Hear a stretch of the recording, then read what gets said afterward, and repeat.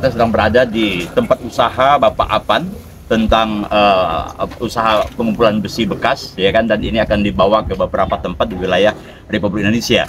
Nah, ini sebenarnya sudah berlangsung sejak tahun 2004.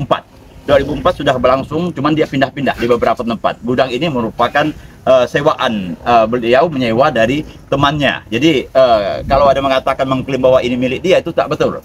Jadi ini memang murni adalah miliknya Pak Apan. Tahun 2004 itu sudah berlangsung usaha pengumpulan besi bekas ini.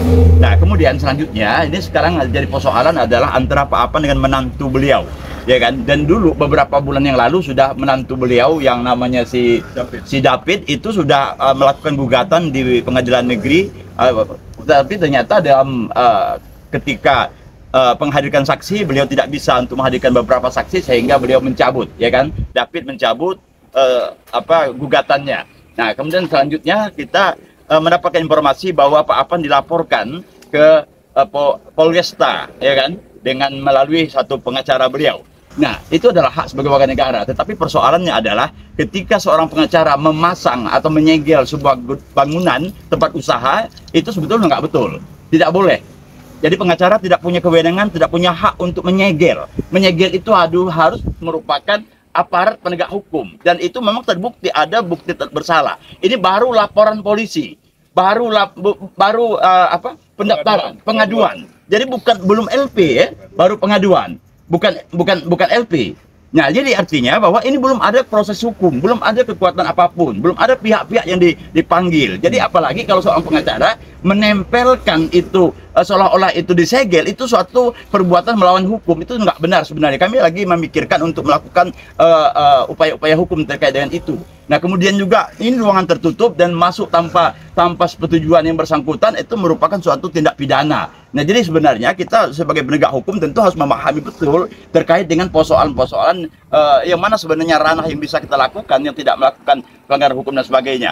Nah, yang dilaporkan berdasarkan informasi di media bahwa itu pengiriman barang bulan Januari tahun 2023, bukan persoalan yang sekarang. Tidak ada hubungannya dengan barang-barang yang ada dalam gudang ini. Yang jadi masalah itu adalah bulan Januari tahun 2023, pengiriman barang, Pak Apan mengirim barang ke Jakarta sana, yang kata si David ini, antara mertuanya dengan menantu ini, kata si menantu si David tadi itu bahwa itu ada penyelewengan. Nah, yang diselewengkan menurut dia itu adalah pengiriman barang Januari tahun 2003 itu, bukan barang-barang yang ada dalam gudang ini gitu loh. Jadi tidak ada hubungan sama sekali, apalagi sudah ada penyegelan dan sebagainya. Dan yang sangat memprihatinkan sekali, kuasa hukumnya mencoba untuk menghalang-halangi Pak Apan untuk mengirim barang ke Jakarta sana, karena ini memang sudah rutin dilakukan setiap saat itu, ya. Nah, dan dihalang-halangi, dan beberapa pihak itu dimintanya supaya tidak mengirim barang beliau. Itu sebuah perbuatan melawan hukum yang tidak boleh. Tidak ada kewenangan seorang advokat untuk menghalang-halangi orang mengirim barang. Itu suatu hal yang sangat memprihatinkan sekali. Nah, oleh sebab itu kita perlu harus ada satu kejelasan. Semula kami tidak ingin ini, ya, tidak ingin ada satu ramai-ramai, tetapi kita lihat ini sudah terlalu begitu lajunya, sehingga ini tidak bisa, mesti harus ada klarifikasi. Nah, hari ini kami jelaskan bahwa yang sesungguhnya seperti itu adalah persoalan yang dilaporkan oleh David ini. David ini sendiri adalah menantu beliau dan menikahnya tahun 2019.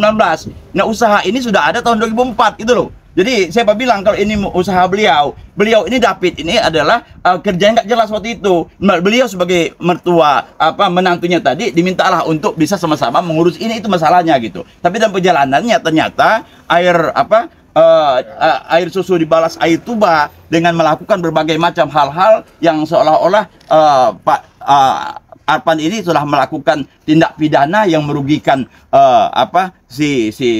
pelapor ini atau David ini yang juga menantu beliau, sampai sekarang masih menantu gitu, ya, dan cucu beliau anak beliau gitu. Nah, awalnya kita ingin ini kita selesaikan secara kekeluargaan, apa masalahnya, ya kan. Nah, kita sudah mencoba untuk melakukan mediasi dan sebagainya. Bagaimanapun juga ini hubungan antara anak dan orang tua ini kan harus terjalin dengan baik, sebetulnya seperti itu. Jadi sekali lagi kita tidak menghendaki persoalan ini keluar dari out of context, itu keluar di konteks yang sungguhnya. Sekali lagi saya ulangi bahwa yang dilaporkan oleh si David itu adalah proses pengiriman barang pada bulan Januari tahun 2003. Itu yang kita baca. Bukan persoalan yang ada di gudang ini. Tidak ada hubungannya dengan bukti-bukti yang ada di gudang. Artinya barang yang sudah dikirim ke Jakarta sana.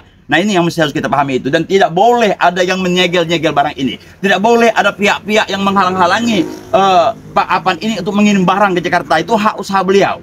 Nah, apalagi kalau ada pihak-pihak yang mencoba-coba dengan memaksa meminta ada izin lingkungan sebagainya. Nah, kita harus pahami apa itu namanya keterbukaan informasi publik. Informasi publik itu harus bertanya kepada instansi pemerintah yang mengeluarkan, yang menyimpan informasi-informasi, data-data dan sebagainya. Nah, di sanalah tempatnya. Kalau memang ini Pak Apan tidak punya AMDAL atau tidak punya ini, ya tanya saja kepada dinas yang terkait gitu. Jadi tidak boleh memaksa pihak swasta untuk mengeluarkan dokumen-dokumen, apalagi namanya perusahaan. Tentu ada hal-hal tertentu yang tidak boleh dikeluarkan. Jadi begitu, hari ini kita mencoba untuk mengklarifikasi ini semua supaya informasinya tidak kacau balau ke sana kemari gitu ya. Jadi sekali lagi kami masih memikirkan langkah-langkah kami untuk melakukan upaya hukum. Kita ingin melaporkan kepada pihak kepolisian terkait dengan penyegelan, terkait dengan menghalang-halangi usaha dan melakukan berbagai hal, termasuk juga menyampaikan informasi terkait dengan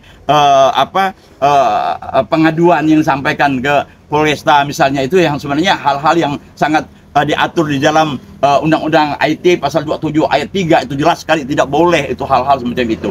Sekali demikian saudara sekalian, mudah-mudahan ini menjadi penjelasan semua pihak bisa memahami kondisi ini sehingga betul-betul kita menempatkan posisi ini ada posisi pada hukum yang sebenarnya. Jadi tidak ada hal-hal lain. Sekali demikian, terima kasih.